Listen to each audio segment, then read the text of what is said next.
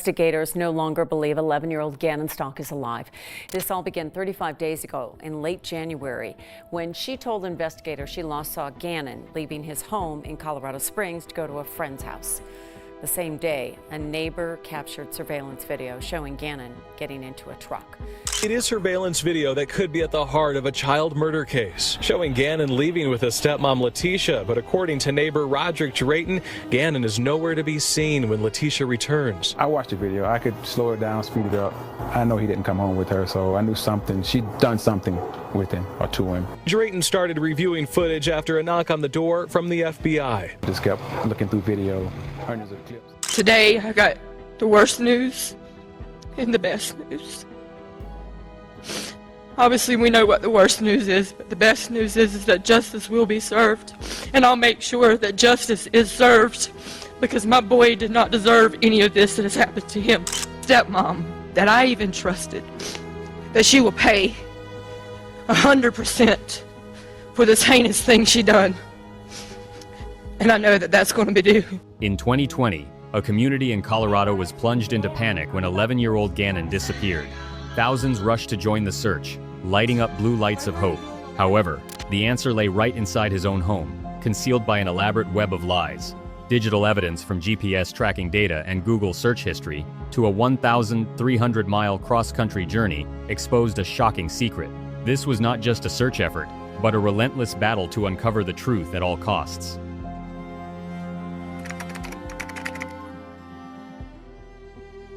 To truly understand the magnitude of the mystery that unfolded in Colorado, one must first look at the boy at the center of it all. 11-year-old Gannon Stauch was considered by his family to be a walking miracle.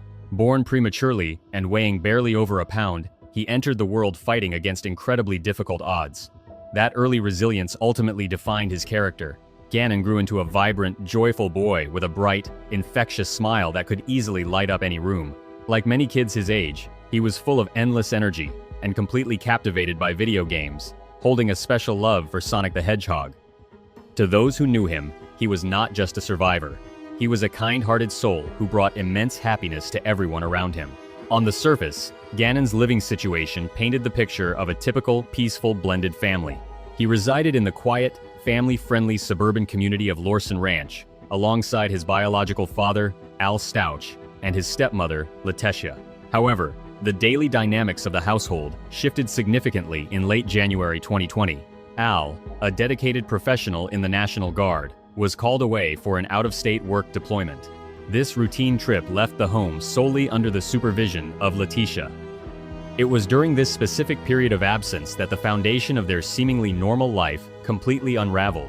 The starting gun for what would soon become a massive, nationwide search fired on the chilling evening of the 27th of January 2020. At exactly 7 p.m., the local dispatch center received a 911 call from Leticia. She reported to the authorities that Gannon had asked for permission to visit a neighborhood friend's house earlier that afternoon, around 3:30 p.m. According to her initial statement, the boy had simply vanished and never returned home for dinner. In a tightly knit community where children regularly played safely outdoors, the sudden and unexplained disappearance of an 11-year-old boy immediately set off alarm bells. Almost instantly, the neighborhood mobilized. Volunteers continuously scoured the streets, and law enforcement initiated an active investigation. However, as the hours turned into days without a single trace of Gannon, the public's anxiety naturally morphed into heavy speculation. Questions inevitably began circling the last person to see him. Realizing that the spotlight was slowly turning toward her, Letitia decided to address the public directly. She appeared on a local broadcast, taking on the persona of a deeply worried, grieving stepmother. She desperately tried to control the narrative, urging the community to stop spreading rumors and to focus solely on bringing the boy home. Standing before the news cameras, she delivered a firm statement meant to dispel any lingering doubts about her innocence.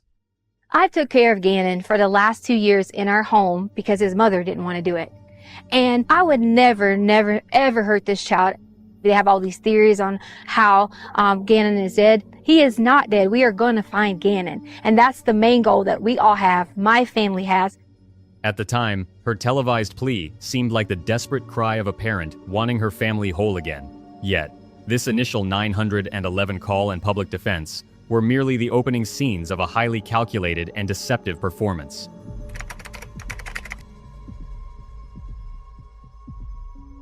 While Letizia publicly portrayed herself as a distraught parent, desperately waiting for her stepson's return, her carefully constructed facade quickly began to crumble.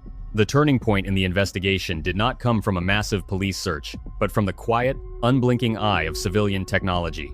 In a tightly knit neighborhood, people watch out for one another. A vigilant neighbor, Roderick Drayton, decided to review the footage from his home surveillance system, hoping to spot any minor clue regarding the boy's whereabouts. What he uncovered instead was a fatal flaw that completely shattered the stepmother's timeline. The security footage told a story that fiercely contradicted Letitia's official police report. She had claimed that Gannon walked out of the house at 3:30 p.m. to visit a friend. However, Drayton's camera captured a very different reality. The recording showed that at approximately 10:13 a.m., Gannon slowly climbed into a pickup truck alongside his stepmother. Hours later, at exactly 2:19 p.m., the vehicle returned to the driveway. The camera captured Letitia stepping out of the truck entirely alone. Gannon never walked away from the house that afternoon because he never returned to it. Drayton shared his chilling realization. Identity camera. It picked it up. It picked up the young lady taking him. Well, it picked up him getting into the vehicle and her taking him off about 10:16 that morning. 4 hours later? And then she returned about 2:16 without him. Faced with this undeniable visual evidence, Letitia's initial narrative completely collapsed. Rather than cooperating with detectives, she immediately began spinning a web of increasingly bizarre and contradictory fabrications. She swiftly abandoned the story of a runaway child and pivoted to wild scenarios involving mysterious intruders. She claimed that a stranger had broken into the house, overpowered her, and forcibly taken the boy away. To make her tales seem credible, she invented elaborate aliases for these phantom attackers, providing investigators with fake names like Eduardo and Quincy Brown. With every police interview, the details of her story shifted, creating a confusing maze meant to derail the authorities. But the surveillance video was only the first domino to fall. The most damning revelations emerged when law enforcement formally seized Letitia's smartphone. A forensic analysis of her digital footprint revealed a cold, calculated mindset that starkly contrasted with her tearful television appearances. Her search history read like a manual for a cover-up. Investigators discovered that in the critical hours surrounding the disappearance, she had frantically searched for specific keywords related to cleaning and hiding evidence at a scene. Even more chillingly, the data showed she had been actively researching natural decomposition times. The digital evidence provided a silent, yet undeniable witness to the truth. The electronic trail left behind on her device, paired with the indisputable reality captured on a neighbor's camera, exposed a massive web of deception.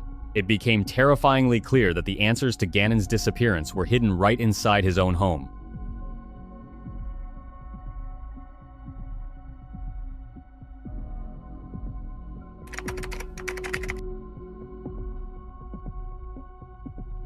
As the invisible net of undeniable digital evidence tightened, the pressure on the primary suspect grew immense.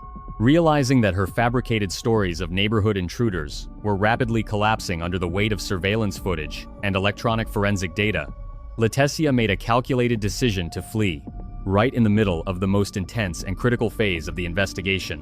While the entire state of Colorado was frantically searching for the missing 11-year-old, she quietly packed her belongings. Along with her biological daughter, Letizia secretly left the jurisdiction and drove across the country towards South Carolina. This sudden, unannounced departure only amplified the suspicions of law enforcement, immediately turning their focused local investigation into a highly coordinated interstate pursuit. The digital tracking data, detailing her vehicle's movements, allowed authorities to monitor her path every step of the way. The evasion was ultimately short-lived. On the 2nd of March, 2020, acting on the mounting evidence, local police and federal agents intercepted Letitia in Myrtle Beach, South Carolina, officially placing her under arrest and ending her flight from the law. While the arrest marked a massive breakthrough in the case, the most agonizing question remained unanswered. Where was the boy? The authorities finally had their prime suspect in custody, but the physical search had hit a seemingly impossible wall back in Colorado.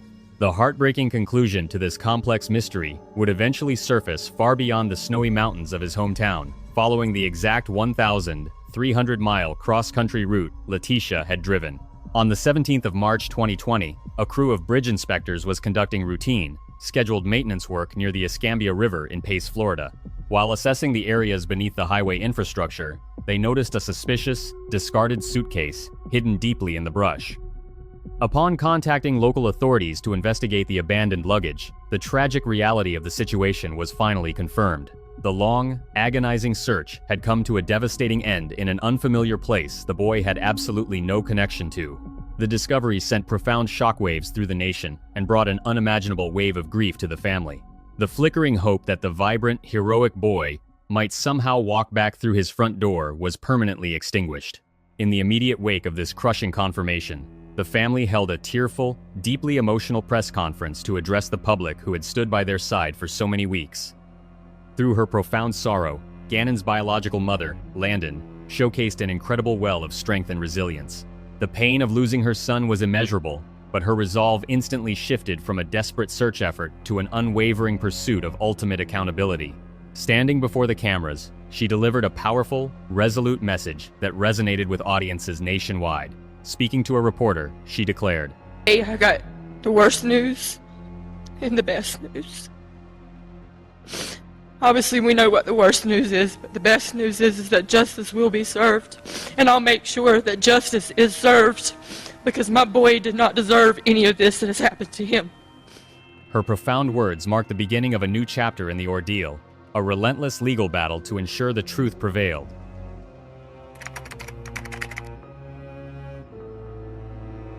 The prosecution's case was not solely built on physical clues. It was meticulously reconstructed through an invisible, yet entirely undeniable, digital footprint. In the modern era of criminal investigations, a perpetrator's electronic trail often speaks far louder and more accurately than any human witness ever could. According to the prosecution's detailed and timeline-driven allegations, the heartbreaking and deeply tragic event unfolded directly inside Gannon's own bedroom on the quiet afternoon of Monday, January 27. Rather than seeking immediate assistance or displaying any typical signs of distress, the stepmother's subsequent actions were characterized by a chilling, calculated calmness dedicated entirely to orchestrating a massive, multi-layered cover-up. Immediately following the tragic incident, Letitia's primary focus shifted strictly to concealment. She securely locked the door to the boy's bedroom, establishing a physical barrier to ensure that no one else in the household could inadvertently stumble upon the hidden scene. Then, she immediately turned to her electronic devices, unaware that these digital actions would become her ultimate undoing. Law enforcement forensic data experts later uncovered a highly incriminating and disturbing trail of online activity. Her internet browser search history revealed that she had actively and specifically looked up methods for deep cleaning various surfaces and effectively removing tough stains from household environments. Taking her calculated efforts a step further, she sent a seemingly mundane but deeply sinister text message to her teenage daughter. In this digital communication, she explicitly instructed her daughter to visit a local convenience store to purchase baking soda, heavy-duty plastic trash bags, and strong chemical cleaning solutions. To an unsuspecting observer, it might have simply looked like a standard shopping list for weekend household chores. However, the prosecution argued with absolute certainty that it was a meticulously planned, urgent effort to erase any physical trace of the tragic afternoon event. The prosecution further alleged that Letitia heavily exploited the continued absence of her husband, Al, who remained away on his out-of-state military deployment. Knowing that her personal family vehicle could easily be monitored, or that sudden, unexplained high mileage would immediately arouse suspicion from her husband upon his return, she devised a deceptive transportation strategy. She began actively cycling through multiple rental cars to conduct her movements around the city. This constant switching of vehicles was presented in court as a deliberate, calculated tactic to confuse investigators, obscure her physical tracks, and keep the exact distance of her secretive travels completely hidden from local authorities. However, her most desperate and elaborate attempt at concealment came weeks later, culminating in a staggering interstate journey. As local law enforcement and dedicated community search parties heavily intensified their efforts, Letitia realized that her immediate surroundings were no longer safe for maintaining her web of lies. She rented a spacious cargo van and embarked on a continuous, grueling drive from the snowy mountains of Colorado all the way to the sunny Florida panhandle. The most haunting, unsettling detail of this massive logistical journey was the presence of her teenage daughter, who sat in the passenger seat for the entire 1,300-mile ride. the young girl was completely unaware of the grim, devastating reality that the missing boy she had lived with was concealed inside a suitcase in the very back of the van they were traveling in. This extensive cross-country trip was not pieced together by a willing confession, but by the silent, objective data left behind in her wake. Every single stop, every financial transaction, and every highway route was illuminated by modern technology, highlighting the undeniable power of this electronic evidence. A reporter for the local news station perfectly summarized the prosecution's airtight timeline during a broadcast. It was a mystery how his body got from Colorado all the way to Florida. But today we learned that through car data, cell phone tracking, credit card receipts, and surveillance footage, police are pretty confident that Letitia rented a cargo van less than a week after Gannon was reported missing and drove down to Florida. Ultimately, it was this intricate, interwoven web of digital footprints that completely unraveled the stepmother's master plan, proving definitively that in today's digital world, the truth cannot be erased quite as easily as an internet search history. As the wheels of the justice system began to turn, the courtroom quickly transformed into the stage for yet another elaborate, deceptive performance. The prosecution had amassed a mountain of digital evidence, but securing a conviction would require navigating a complex labyrinth of legal maneuvering. From the very beginning of her incarceration, the stepmother demonstrated a stark refusal to accept accountability. During her initial transport and extradition back to Colorado, she was highly uncooperative with law enforcement escorts, desperately attempting to subvert security protocols. This defiant behavior set the tone for what would become a grueling, 3-year legal saga characterized by endless delays and manipulative tactics. Instead of facing the overwhelming evidence head-on, she engaged in a relentless campaign to stall the judicial proceedings. She repeatedly fired her court-appointed legal teams, filed countless procedural motions, and at one point, even boldly requested to represent herself in a highly complex trial. When these tactical delays finally exhausted the court's patience and a trial date was firmly set, her defense strategy took a drastic, theatrical turn. Realizing that the digital footprint, the precise GPS tracking, the undeniable surveillance footage, and the highly incriminating internet searches was completely insurmountable, the defense abandoned their initial plea of not guilty. In a desperate bid to avoid a life sentence, they pivoted to a plea of not guilty by reason of insanity. To support this drastic change in strategy, the defense presented a narrative that bordered on the absurd. They claimed that the stepmother had experienced a severe psychological break from reality on the quiet afternoon of January 27. According to this newly constructed narrative, a fragmented, alternate personality, an alleged protective persona going by the name of Maria, who supposedly spoke with a heavy Russian accent, had taken completely over her mind. The defense argued that it was this uncontrollable alter ego who was responsible for the tragic events, and therefore, the defendant could not be held legally or morally accountable for her actions. The prosecution, however, was fully prepared to dismantle this theatrical defense using the very digital evidence that had cracked the case wide open. They systematically argued that the level of sophisticated planning and calculated concealment displayed in the immediate aftermath was entirely inconsistent with a person suffering from a profound mental disconnect. An individual experiencing a complete psychological break does not meticulously search the internet for specialized cleaning techniques. They do not carefully orchestrate the purchase of specific concealing supplies, nor do they cycle through multiple rental vehicles to hide their daily mileage from their spouse. Furthermore, the prosecution highlighted the massive 1,300-mile cross-country journey as the ultimate proof of a sound, calculating mind. Navigating interstate highways, managing financial transactions at roadside hotels, and maintaining a calm, ordinary facade in front of her teenage daughter for several consecutive days required high-level executive functioning, strict logic, and a profound awareness of her surroundings. The digital footprint definitively proved that every action she took was deliberate, purposeful, and focused entirely on self-preservation. It was a methodical, step-by-step cover-up, entirely devoid of the chaos or confusion one would expect from a genuine mental breakdown. If you are captivated by the intricate details of digital investigations and the relentless pursuit of truth, make sure to subscribe to Crime Evidence. Hit the notification bell so you never miss a deep dive into the psychological and forensic unraveling of the world's most compelling mysteries. Leave a comment below with your thoughts on this drastic courtroom strategy, and join us in the next segment as we explore the jury's final verdict.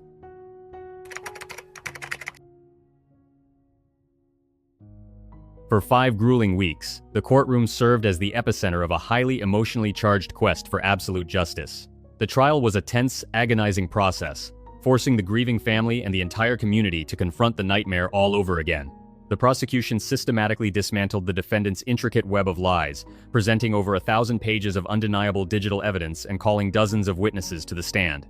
Among the most powerful and heartbreaking moments of the entire trial were the pivotal testimonies delivered by those who had been closest to the deception. Al Stauch, Gannon's devoted father, took the stand, his voice echoing the profound, unimaginable betrayal of trusting the very person who orchestrated the tragedy. Equally compelling was the deeply emotional testimony of Letitia's own biological daughter. Forced to confront the stark reality of her mother's endless manipulation, the teenager bravely detailed how she had been unwittingly used as a pawn during the elaborate, cross-country cover-up. These deeply personal accounts completely shattered any remaining illusions of the stepmother's innocence. After the prosecution and defense delivered their final closing arguments, the heavy burden of truth fell solely into the hands of the jury. They were tasked with sifting through the massive digital footprint, the conflicting narratives, and the dramatic, theatrical claims of insanity. It did not take long for them to reach a definitive and unwavering conclusion. Following their deliberation, the jury returned to the courtroom, entirely rejecting the defense's desperate attempt to avoid legal accountability. They completely dismissed the fabricated notion of a psychological break or an alternate protective personality. The technological evidence proving a highly organized, step-by-step concealment plan was simply too overwhelming to ignore. The jury saw the defendant exactly for who she was, a calculating individual who knew precisely the difference between right and wrong when she executed her sinister cover-up. The courtroom held its collective breath as the final judgment was read aloud. The verdict was unanimous and absolute. Guilty on all charges. In that profound moment, the thick, suffocating cloud of deception that had hung over the case for more than 3 years finally dissipated. The light of truth had successfully pierced through the darkest of lies, proving that no amount of manipulation could outsmart the judicial process. When it was time for the final sentencing, the presiding judge ensured that the punishment perfectly mirrored the severe gravity of the deception. He handed down the absolute maximum penalty allowed under the law, a sentence of life in prison without the possibility of parole. In his powerful closing remarks, the judge did not mince words. He firmly emphasized that this was not a tragic accident or a moment of sudden madness, but rather one of the most callous, cruel, and coldly calculated acts of betrayal he had ever presided over in his entire career on the bench. The maximum sentence guaranteed that the stepmother would be permanently isolated from society, ensuring she could never manipulate or deceive another innocent life again. Justice had finally, undeniably prevailed. While the gavel's final strike brought a definitive and absolute legal conclusion to a deeply agonizing chapter, the true story of Gannon Stauch does not end inside the cold walls of a courtroom.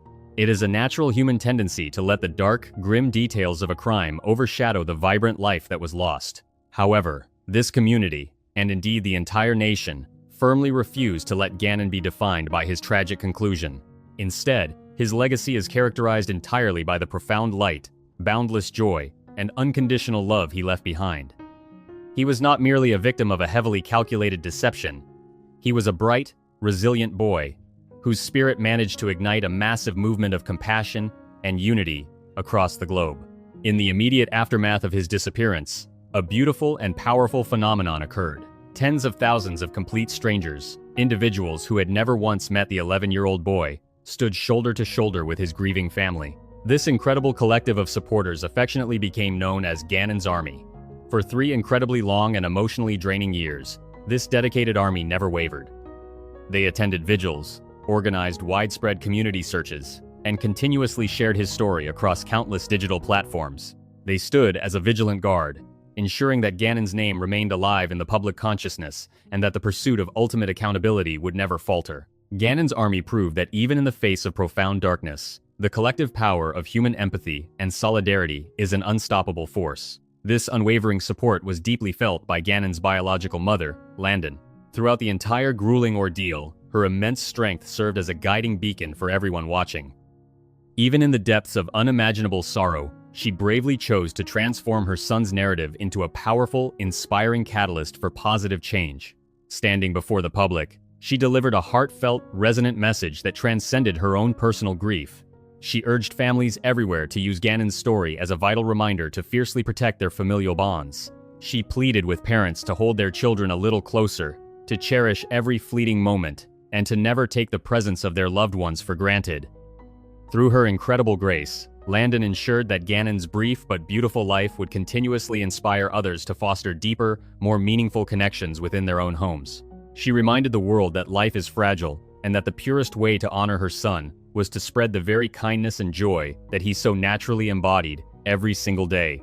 As we look back on this intricate investigation, from the silent testimony of a neighbor's surveillance camera to the undeniable digital footprint that unraveled a masterclass in deception, the ultimate takeaway is one of profound resilience.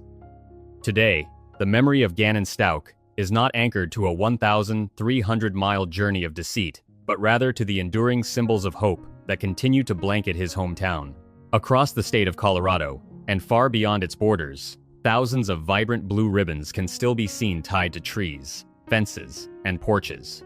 When the sun sets, communities illuminate their neighborhoods with glowing blue lights, Gannon's absolute favorite color. These glowing blue beacons serve as a silent, powerful testament to a young life that touched millions. They represent the ultimate triumph of truth over deception.